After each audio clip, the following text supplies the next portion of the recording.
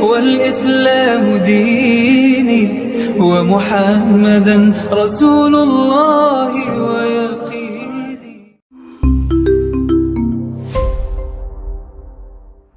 Kemudian poin ke-7. Sebetulnya saya kembangkan dari materi ini, sejatinya saya kembangkan biar lebih komplit lagi. Baik, yang ke-7, dampak sihir.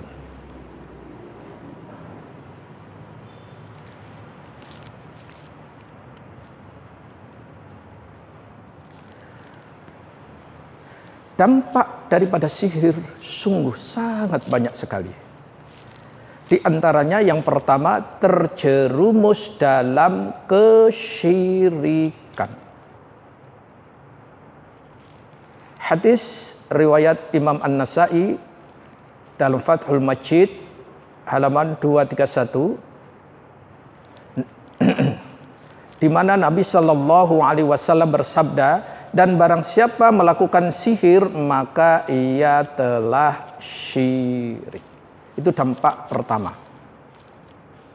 Kemudian dampak yang kedua, sihir adalah dosa besar yang membinasakan seseorang di dunia dan akhirat.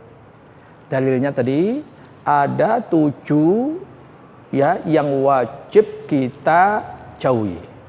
Karena ini membinasakan. Di hadis tadi, pertama syirik kepada Allah, yang kedua sihir. Itu. Kemudian tukang sihir tidak, yang nomor 3 ya, tukang sihir tidak akan bahagia di mana saja ia berada dan tidak akan tenang hidupnya selama-lamanya. Masya Allah. Silahkan Quran surat Toha surat 20 ayat 69.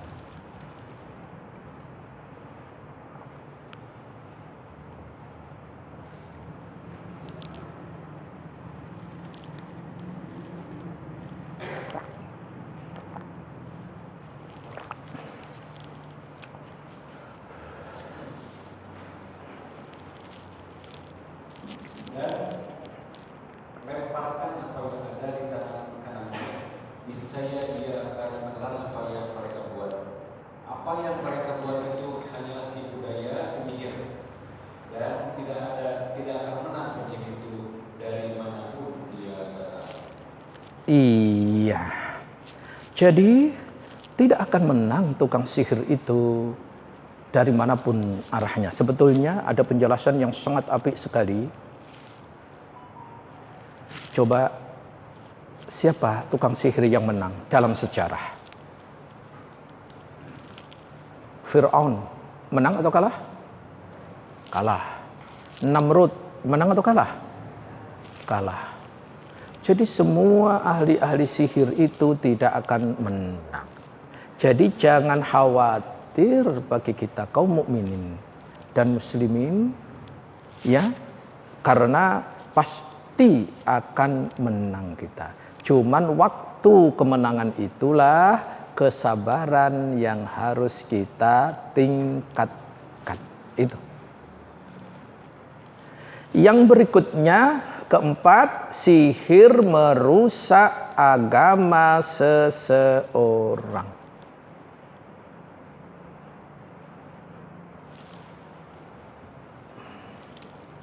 Jadi sihir merusak agama seseorang. Seperti apa rusaknya agama seseorang? Ini tadi hadis muttafaq alaih tadi, 7 hal yang membinasakan. Hadis riwayat muttafaq alaih tadi. Kemudian melakukan sihir dan pergi ke tukang sihir dapat merusak akidah. Sholatnya berapa hari nggak diterima? Iya, itu. Jadi jelas sekali. Oleh karena itu, tolong hindari datang apapun namanya. Apakah ke dukun, ke paranormal, ke apapun namanya. Orang pintar dan seterusnya. Datanglah ke orang ilmu yang syar'i, yang betul-betul jamaah mengetahui latar belakang orang tersebut. Itu. Sehingga tidak termasuk orang-orang yang akan terbinasa. Itu.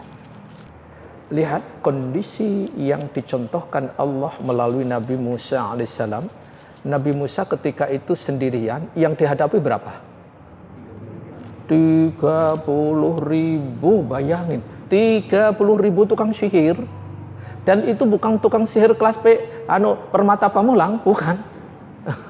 Ini seluruh kerajaan itu dikumpulkan, tukang-tukang sihir yang paling hebat itu dikumpulkan. Tinggallah disaring 30.000 menghadapi satu orang. Masya Allah. Yang menang siapa? Nabi Musa. Masuk akal enggak? Enggak. Itulah firman Allah. Tukang sihir tidak akan beruntung dari manapun ia berada. Tayyib. Berikutnya ke-9. Hukum mempelajari sihir dan hukuman bagi tukang sihir. Pertama, hukum mempelajari sihir adalah haram dan kufur. Kedua, hukuman bagi para tukang sihir adalah dibunuh, sebagaimana yang diriwayatkan beberapa riwayat dari sahabat. Ini penjelasan dalam kitab Fathul Majid bab ma ja'a fi as-sihr itu. Jadi mempelajari sihir hukumnya haram. Dan tukang sihir maka dibunuh. Ini pendapat mayoritas. Kisah yang menyertakan ini adalah Umar ibnul Khattab radhiyallahu an, Jundub dan Hafsah binti Umar radhiyallahu anhum. Ini disebutkan dalam kitab Al-Mughni, juga Majmu' Fatawa oleh Syekhul Islam Ibnu Taimiyah dan Mukhtasar Ma'arij Qabul halaman 146 sampai 148. Jadi kalau begitu sihir merupakan perbuatan syaitan, ya. Sihir itu perbuatan syaitan. Landasannya surat 2 ayat 102 tadi. Ayat yang sangat fenomenal karena akan diulang-ulang ketika sihir itu. Sehingga berdasarkan ini jelas, saya ulang, bahwa mempelajari sihir hukumnya haram. Dan tukang sihir hukumannya dibunuh. Ini sebetulnya banyak sekali pendapat-pendapat dari para ulama-ulama. Kemudian yang ke berapa jamaah? 10. Masya Allah. Akhirnya kelar juga ya. Tapi masih 2 lagi. Ini yang 2 panjang kali. Baik. Ke-10 tukang sihir bertaubat. Bisakah tukang sihir itu bertaubat? Dalam hal ini ada 2 pendapat ulama. Pendapat pertama, taubat tukang sihir tidaklah diterima. Ini pendapat pertama. Ini pendapat madhab Hambali.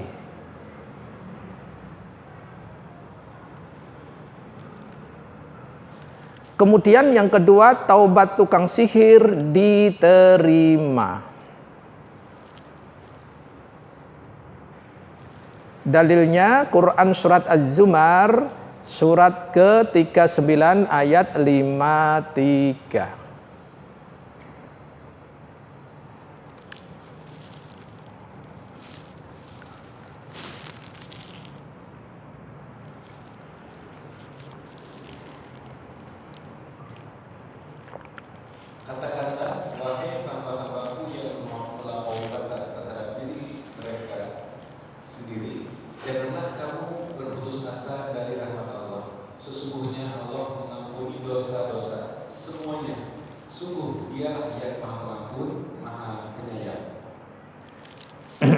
Iya. Baik, mari kita lihat, perhatikan. Jadi yang kedua, tetap diterima taubatnya. Ya. Karena sihir ini masih di bawah syirik kepada Allah. Itu. Kemudian yang ke-11. Sebab kenapa terkena sihir. Jadi apa yang menyebabkan orang itu terkena sihir?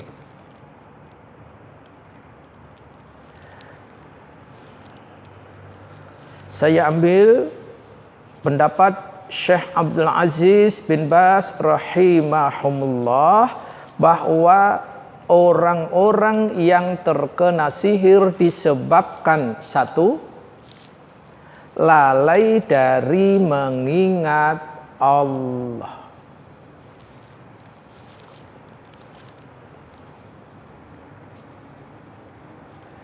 Kedua, tidak mau perhatian pada ketaatan atau ibadah.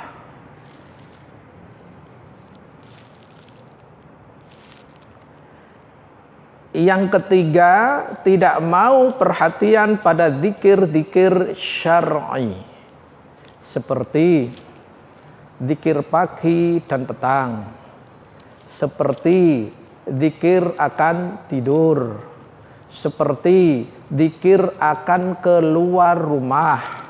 Seperti zikir ketika akan masuk rumah. Ini semuanya kalau kita kerjakan insya Allah gitu loh. Kita nggak terkena. Namun kalau lalai ya wallahu a'lam, semuanya biidznillah. Tetapi kita wajib berusaha. Itu. Jadi beliau menyampaikan ada 3 poin hal yang menyebabkan orang itu terkena sihir.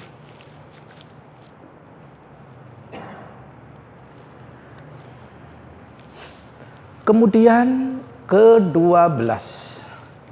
Nah, 12 ini akan kita bagi 2. Sebelum kena sihir dan setelah kena sihir. Ustaz, panjang kali kisahnya. Iya. Jamaah sudah berapa lembar catatannya? Baik. Sekali lagi ada 2 hal. Sebelum kena dan setelah kena. Sebelum kena itu namanya preventif, pencegahan.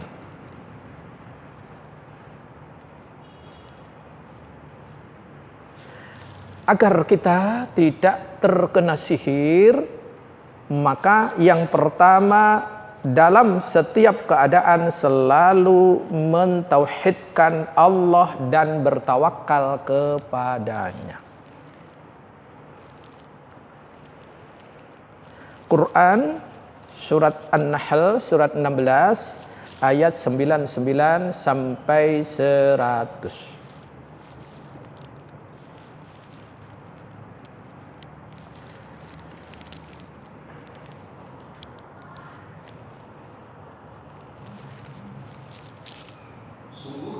Setan itu tidak akan berpengaruh terhadap orang yang beriman dan bertawakal kepada Tuhan. Pengaruhnya hanyalah terhadap orang yang menjadikannya pemimpin dan terhadap orang yang menyekutukan dengan Allah. Iya. Kemudian yang kedua, pencegahan apa? Melaksanakan setiap kewajiban dan apa yang diperintahkan Allah dan dilarangnya. Jadi kewajiban-kewajiban apa yang diperintahkan dikerjakan dan apa yang dilarang ditinggalkan. Ini dalilnya hadis riwayat Ibnu Abbas, ya ghulam, wahai anakku, inni a'lamuka kalimat. Sesungguhnya aku akan mengajarkanmu beberapa kalimat. Ihfazillah yahfazka. Jagalah Allah, niscaya Allah akan menjagamu. Hadis riwayat Tirmidzi. Jadi menjaga Allah maknanya apa? Hak dan kewajiban. Kita punya kewajiban hanya beribadah kepada Allah, mentauhidkan kepadanya, dan menjauhi seluruh bentuk kesyirikan. Yang ketiga, tidak membiarkan anak-anak keliaran saat akan terbenamnya matahari. Ini sahih, orang-orang tua kita dulu kan gitu. Jangan keluar ketika akan maghrib. Tutup pintu, itu betul. Sekarang jam berapa aja pintu masih terbuka saja gitu. Jam 12 malam masih terbuka? Enggak ya? Dalilnya Rasulullah sallallahu alaihi wasallam bersabda, "Jika malam telah masuk, jika kalian berada di sore hari, maka tahanlah anak-anak kalian. Sesungguhnya syaitan berkeliaran pada waktu itu. Tatkala malam telah datang sejenak, maka lepaskanlah mereka." Hadis riwayat Bukhari dan Muslim. Yang keempat, preventifnya adalah membersihkan rumah dari sesuatu tempatnya syaitan. Patung-patung, berhala-berhala yang lainnya, gambar-gambar yang bernyawa, dan maaf, anjing, ya. Karena malaikat nggak masuk di situ. Kemudian yang kelima, memperbanyak Al-Quran dan mendidiknya sebagai zikir harian. Jadi kita harus punya zikir harian, yakni tilawah Al-Quran. Terserah jamaah boleh mengambil waktu pagi, siang, sore, atau malam sesuai dengan kelonggaran waktu masing-masing. Namun setiap hari hendaklah membaca Al-Quran. Itu loh, insya Allah itu. Keenam, membentengi diri dengan doa-doa, zikir-zikir yang disyariatkan. Tadi sudah zikir pagi petang, kemudian mau tidur, dan seterusnya. Ketujuh, banyak amat. Iya. Memakan 7 butir kurma ajwa. Ternyata kurma ajwa 7 butir itu bisa mencegah. Wallahu a'lam. Ini kami ambil dalam kitab Ad-Du'a min Ahlil Kitab was Sunnah halaman 89. Itu preventifnya. Lantas bagaimana jika sudah terkena itu?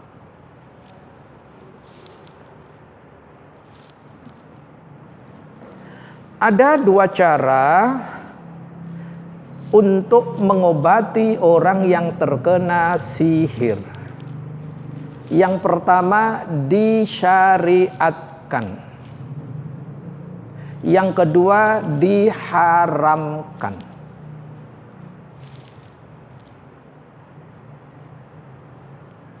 Baik, yang pertama, pengobatan setelah terkena sihir yang dibenarkan. Satu, metode pertama, mengeluarkan dan menggagalkan sihir tersebut jika diketahui tempatnya dengan cara dibolehkan syariat. Ini kita ambil Zadul Ma'ad juz 4 halaman 114. Maksudnya gimana ini? Kalau ada misalkan tukang sihir menanam sihirnya di tempat yang diketahui, jamaah ketika di situ kok panas sekali, setiap ke situ berantem terus, setiap ke situ tidur terus, pokoknya ada gejala-gejala yang enggak lazim. Coba nanti bisa dilihat di situ. Adakah bungkusan-bungkusan? Kalau bungkusannya itu adalah dari Gojek, ya ambil aja. Iya. Jadi kalau bisa diambil itu cara yang mujarab. Kalau di dalam tubuh yang sakit mana? Ada kan orang yang ruqyah itu yang diambil, itu cara yang mujarab sejatinya. tapi harus tahu tempatnya. Yang kedua, metodenya adalah membaca ruqyah-ruqyah yang disepakati.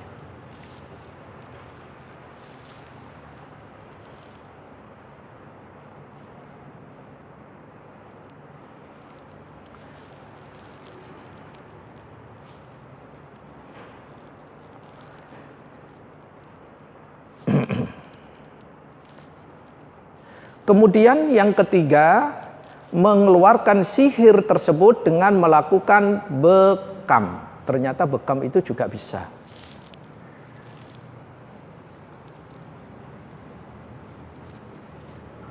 Keempat, dengan menggunakan obat-obatan. Yakni sebagaimana yang disebutkan di dalam Al-Quran dan As-Sunnah, misalkan madu, misalkan habbatus sauda, misalkan air zam-zam, misalkan minyak zaitun, dan yang lain-lainnya. Seperti itu. Inilah poin pertama ketika kita sudah mendapatkan ia terkena. Maka pengobatan yang disyariatkan ada 4 pilar tadi. Kemudian yang kedua yaitu cara mengobati yang diharamkan. Apa itu yang diharamkan? Adalah sihir dengan sihir. Sihir diobati dengan sihir itu namanya nusrah. Jadi nusrah itu mengobati sihir dengan sihir. Jadi sama dengan ibu mau ngusir pencuri, tapi mengambil perampok. Pencurinya lari nggak? Lari, nggak ada rampok. Tapi nanti, dan ini banyak sekali, sehingga banyak karena ketidaktahuannya. Sekali lagi, tidak boleh melepaskan sihir dengan cara mendatangi tukang sihir. Inilah materi kita, Masya Allah sangat banyak sekali. Semoga ada manfaatnya bagi kita semuanya, insya Allah. Tayyib, ada yang ingin ditanyakan berkaitan dengan materi ini? Kalau ada, tafadhali. Iya.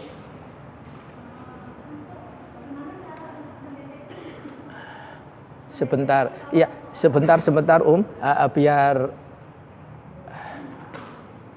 biar suaranya terdengar. Waalaikumsalam warahmatullahi wabarakatuh. Saya mau tanyakan Pak Ustadz, cara untuk mendeteksi seorang apabila dia Iya, Masya Allah, barakallahu fiik Ummu atas bacaan pertanyaannya. Bagaimana cara mendeteksi ada sihirnya? Tentu ini tidak semua orang bisa mendeteksi. Yang bisa mendeteksi orang yang ahlinya. Itu. Namun bisa dilihat ketika orang itu melakukan tidak sewajarnya setiap harinya. Orang ini kok marah-marah terus itu. Ditanya, dari mana? Itu marah. Sudah makan? Marah. Sejatinya dia terkena sihir. Sihirnya siapa? Wallahu a'lam. Ini ciri pertama. Ciri kedua, orang ini malas sekali untuk taat kepada Allah Subhanahu wa ta'ala. Karena syaitan tidak melepaskan dia untuk taat kepada Allah. Karena ketika ia taat kepada Allah, syaitannya itu panas. Enggak nyaman itu. Yang ketiga, cara mendeteksinya gimana? Adalah tentu bertanya kepada ahlinya. Kita nggak bisa mereka-reka, menebak-nebak, tapi harus bertanya kepada ahlinya. Fas'alu ahla dzikri in kuntum la ta'lamun. An-Nahl ayat ke-43. Bertanyalah kepada ahlinya jika kalian tidak mengetahui sesuatu tersebut. 3 ini mudah-mudahan bisa mewakili walaupun belum semuanya. Wallahu a'lam. Ya. Ya.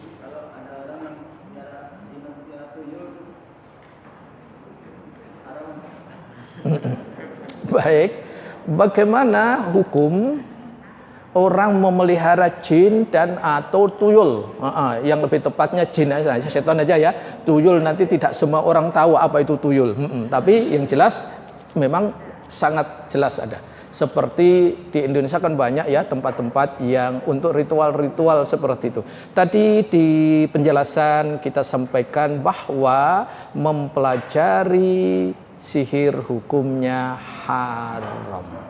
Berarti memelihara dan seterusnya, apakah namanya syaiton, namanya iblis, namanya tuyul dan sebagainya, hukumnya haram, tidak diperbolehkan. Karena itu nanti ruginya luar biasa dunia dan akhirat. Wallahu a'lam. Sudah 2 penanya, ikhwan wa akhwat, berarti sudah cukup ya. Sudah cukup. Nanti silahkan bertanya lagi setelah Ana pulang. Demikian yang bisa Ana sampaikan. Mari kita akhiri dengan doa kafaratul majlis. Subhanakallahumma wa bihamdika asyhadu an la ilaha illa anta astaghfiruka wa atubu ilaik. Wassallallahu ala nabiyyina Muhammad wa ala alihi washabihi wasallam wa akhiru da'wana anil hamdulillahi rabbil alamin. Wassalamualaikum warahmatullahi wabarakatuh.